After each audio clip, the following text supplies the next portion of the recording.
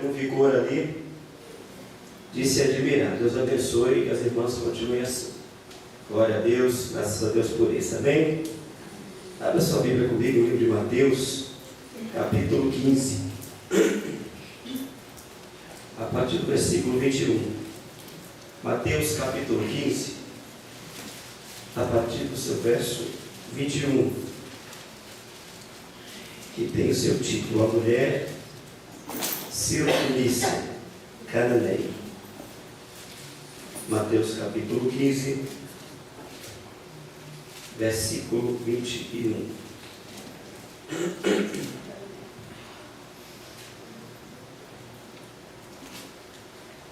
Amém? Amém. Mateus 15, 21 diz-nos a palavra do Senhor. E partindo Jesus dali, foi para as partes de Tiro e de Sidom. E eis que uma mulher cananeia que saíra daquelas cercanias clamou, dizendo: Senhor, filho de Davi, tenha misericórdia de mim, que minha filha está miseravelmente endemoniada. Mas ele não lhe respondeu palavra. E os seus discípulos, chegando ao pé dele, rogaram-lhe, dizendo: Despede-a, que vem gritando atrás de nós. E ele, respondendo, disse: Eu não fui enviado senão as ovelhas perdidas da casa de Israel. Então chegou ela e o adorou, dizendo: Senhor, socorre-me. Ele, porém, respondendo, disse: Não é bom pegar o pão dos filhos e deitá-lo aos cachorrinhos. E ela disse: Sim, Senhor, mas também os cachorrinhos comem das migalhas que caem na mesa dos seus senhores. Então respondeu Jesus e disse: Ó mulher, grande é a tua fé, seja isso feito para contigo como tu desejas. E desde aquela hora a sua filha ficou sã. Glória a Deus. Graças a Deus. Mateus acertou em seu coração registrar esse fato que se deu fora do termo da Palestina. Se nós observarmos o ministério de Jesus, cerca de 3 anos a 3 anos e meio, nós vamos observar que ele tem uma interação muito grande com os termos de Israel. Outrora a gente vê ele em Cafarnaum, outrora ele está em Jericó, outrora ele está em Betsaida, outrora ele vai entrando numa vila, numa aldeia, mas sempre em Israel. E aqui Jesus ele está quebrando o protocolo. Ele vai sair da Palestina, até porque era o momento que Jesus sofria grande represália dos fariseus, da nata religiosa de Jerusalém, que o oprimia, sempre querendo pegar ele em algum erro, em alguma falha. Tanto é que, se nós vermos alguns versículos anteriores, eles questionavam Jesus, porque os discípulos de Jesus, antes de comer, não lavavam as mãos. E Jesus falava para eles que o que contamina o homem não é o que entra, mas sim o que sai.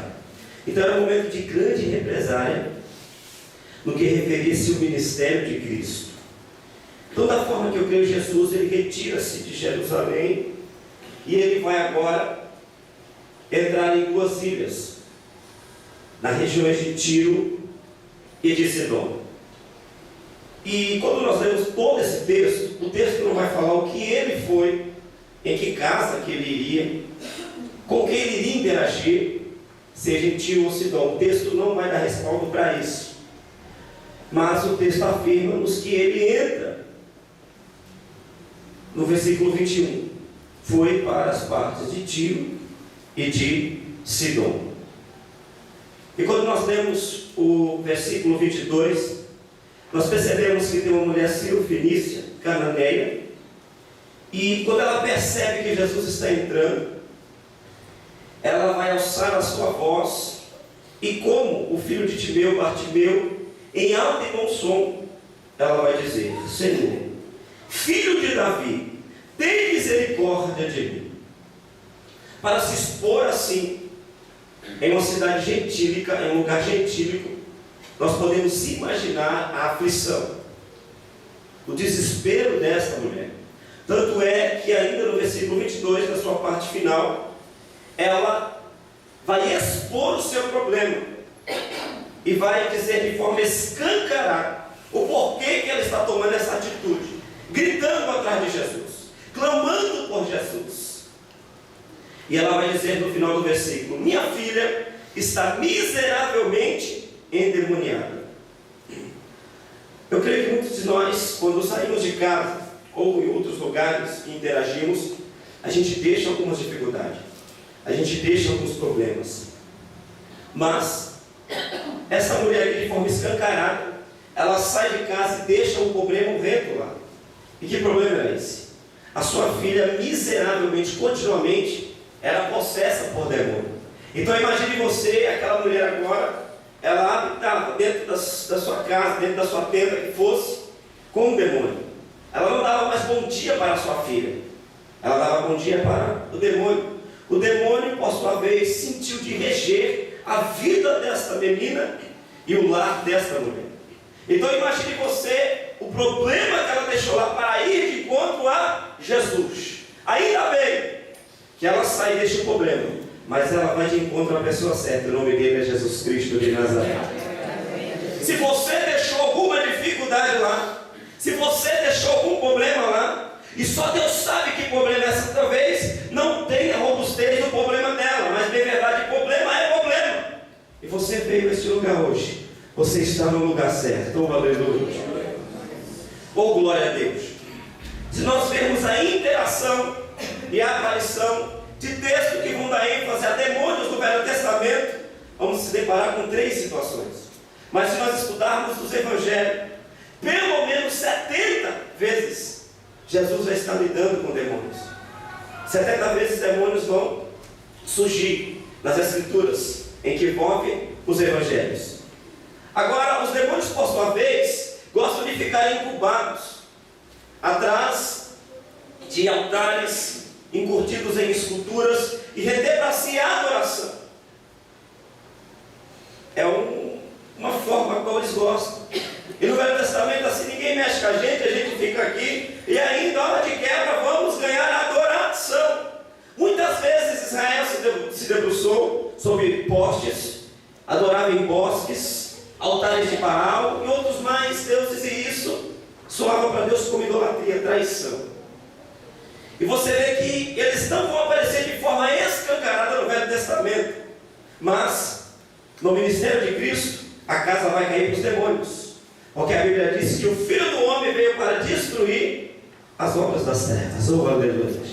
Não vai ter mais como se esconder. Então, quando nós vamos ler os evangelhos, nós percebemos que os demônios se manifestavam. Muitas pessoas iam até Jesus, demônios, pessoas endemoniadas saíam correndo de sepulcros, pessoas eram levadas a Jesus possessas, e assim ele orava e os libertava, expurgando os demônios. Oh, aleluia, pelo seu poder, por sua palavra e sua autoridade. No Velho Testamento, eles conseguiam se encurtir, se esconder. No Novo Testamento, eles não tiveram para onde correr, quanto menos se esconder. Oh, aleluia. E o problema dessa mulher, que ela expõe diante de Cristo, e ela vai dizer: a minha situação é miserável, era este. A sua filha, continuamente, estava endemoniada. Agora nós podemos aprender muitas coisas aqui com essa mulher. Se nós estudarmos a genealogia, o lugar a qual Jesus está, ele concentrava o seu ministério na Palestina, mas agora ele sai. Ele não está na Palestina, ele está, que seja gentil ou Sidom, mas ele saiu, ele está fora. Então essa mulher não aprendeu quando adolescente acerca da Torá. Essa mulher não pegou os conselhos dos rabinos, dos mestres por excelência, dos Gamaliel da vida. Ela não aprendeu nada acerca das Escrituras. Ela era leiga acerca do Deus de Abraão, Isaac e Jacó. Então, por que ela se pronuncia como judeu diante de Jesus? A Bíblia diz em Marcos capítulo 3, versículo 8, que os da Idumeia, da Judeia, da Galileia e muitos de Tiro e de Sidom ouviam falar de Jesus, uma multidão que ia ter com Cristo.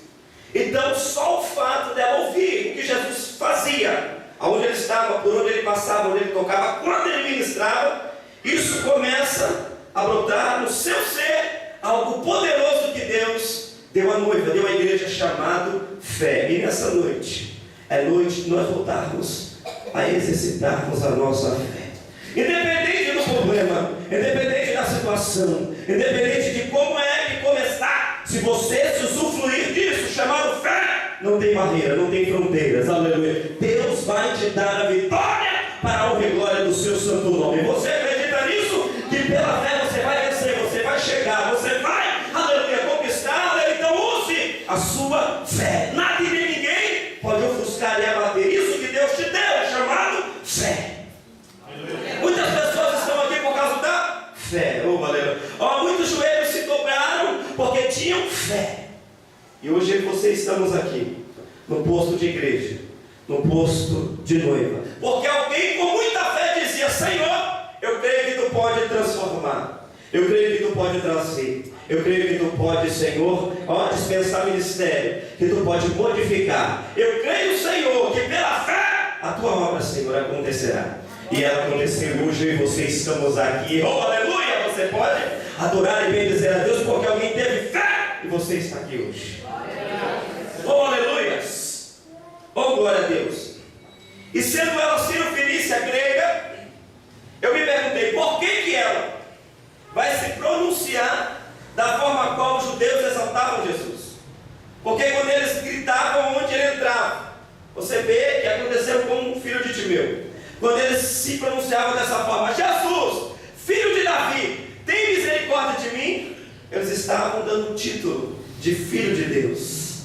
Eles estavam reconhecendo, dizendo de onde ele vinha, que verdadeiramente esse que vinha, esse que estava, esse que falava, esse que ministrava, era o único gerado de Deus, o Messias enviado às nações, o remidor dos nossos pecados. Oh, aleluias! Oh, glórias!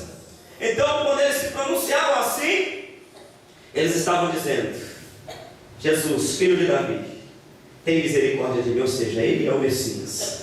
Nós acreditamos que ele é o Messias. Então, da forma que eu creio, não está no texto, ela precisava do favor imerecido de Deus. Ela precisava porque estava dentro de um quadro emergencial. Ela precisava que Jesus viesse intervir. Ela intitulava a sua situação miserável. Então ela vai se pronunciar como judia. É por isso que quando Jesus entra, que seja em Tiro esse dom, ela já toca atrás gritando: Jesus, filho de Davi, tem misericórdia de mim. Oh, aleluia. E conforme ela vai se pronunciando, falando com Jesus, a Bíblia vai dizer: mas ele não lhe respondeu palavra. De repente você está aqui e está dentro desse termo, condicionado de forma igual a este momento, que se deu há milhares de anos atrás. Mas ele não lhe respondeu palavra. Ou seja, alguém que se intitula num quadro miserável, alguém que precisa da intervenção divina, alguém que padecia por uma situação muito difícil dentro da sua casa. Ela deixou o problema, foi com esperança e muita expectativa diante de Jesus, mas houve silêncio de Deus na vida dela. Oh, aleluia! De repente você está passando pelo silêncio de Deus, tem orado, tem clamado, chorado e gemido na presença do Senhor, mas dele ainda não veio palavras, não teve resposta. Oh, aleluia! O conselho de Deus para a minha vida e para a tua vida, quando eu aprendo com essa mulher, olha só, ainda que não veio palavras, aí os seus discípulos chegaram ao pé dele, rogando-lhe, dizendo: desperte, que vem gritando atrás de nós. Os discípulos estão dizendo: Senhor, olha aí, Senhor, aleluia, ela está gritando, daqui a pouco o Senhor vai nos pronunciar. Senhor, por que tu não faz alguma coisa por ela? Senhor, atende ela. Sabe o que está acontecendo aqui? No clamor dessa mulher, no desespero dessa mulher, no grito de socorro dessa mulher, está acontecendo intercessão. Porque se vocês observarem o texto, ela está buscando Jesus, não por um problema diretamente seu, mas sim da filha dela. Mas ela está dizendo: Jesus, tem misericórdia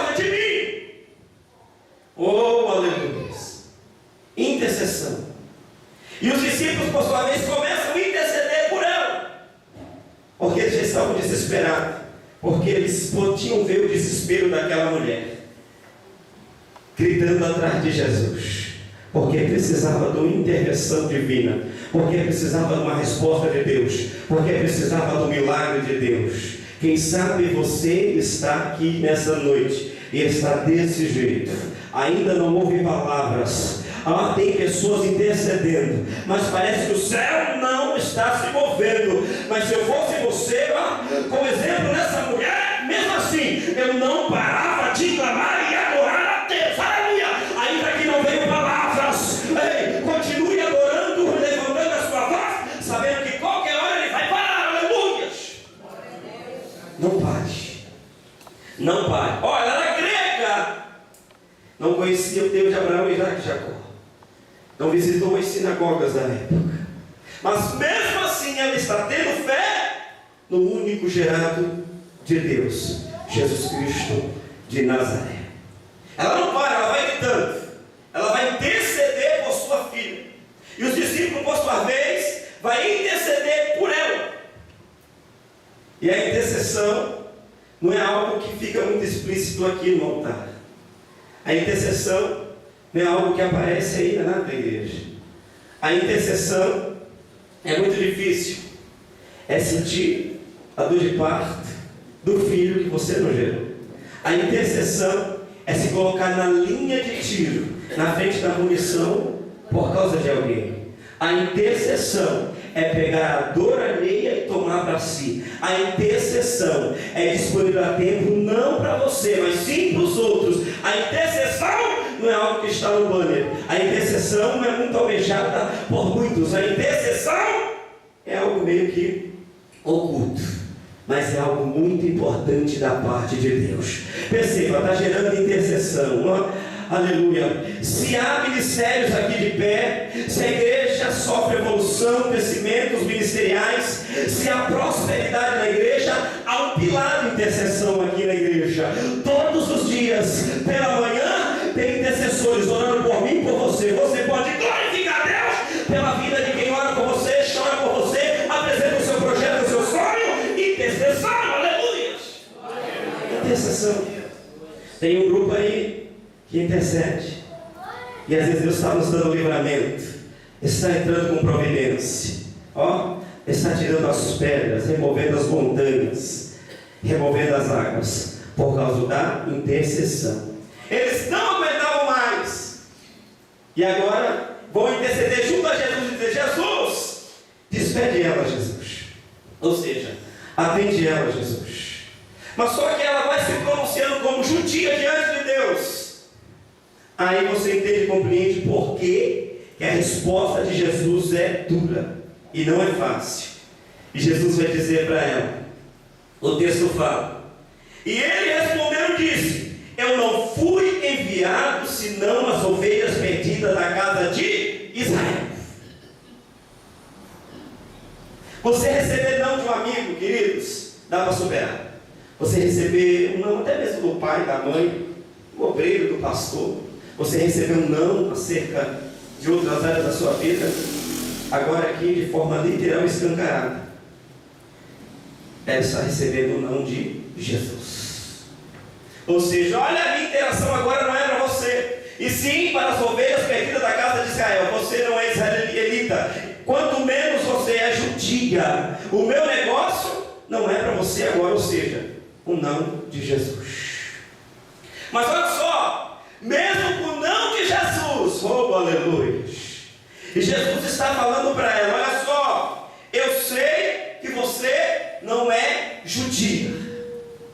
A importância de nós entrarmos na presença dele, de buscarmos a presença dele, de estarmos diante dele como nós somos, aleluia. Você não precisa de máscara e nem personalizar nada. Entre como você é, com sinceridade. Ele sabe os seus defeitos, as deficiências. E se tu entrar como realmente você é, ele vai te atender, porque ele é Deus, aleluia. Entre como você é, com muitos defeitos e deficiências, mas entre como você é. Seja você mesmo diante dele, na presença dele. Aleluia.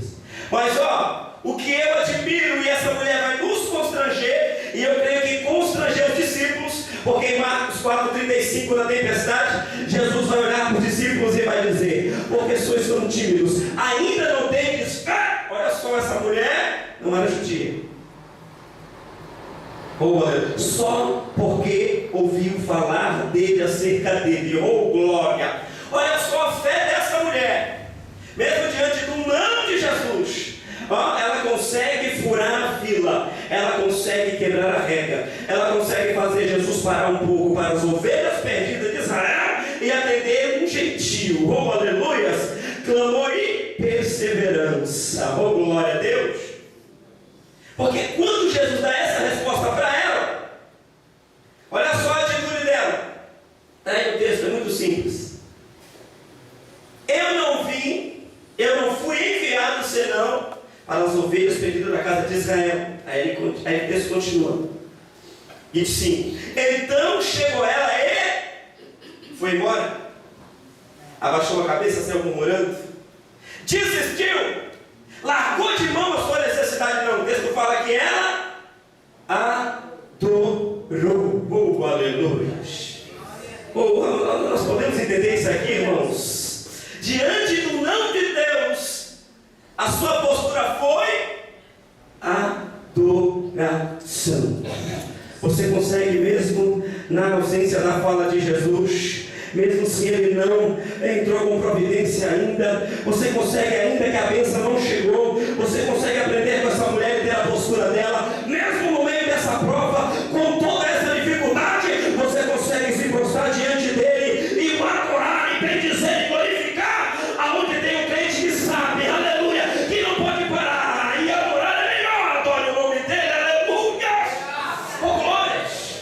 Olha só, irmãos, se fosse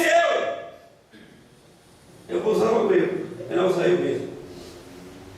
Se fosse eu, com essa resposta, talvez se fosse você, não vou te julgar, a gente viraria as costas.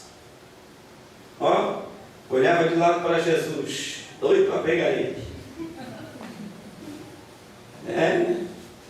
Amar o próximo como a ti mesmo. Pensa que eu não vi que tu prega isso? Falaram tudo. Falaram das mensagens dos milagres. Amar o próximo como a ti mesmo. Oh, aleluia.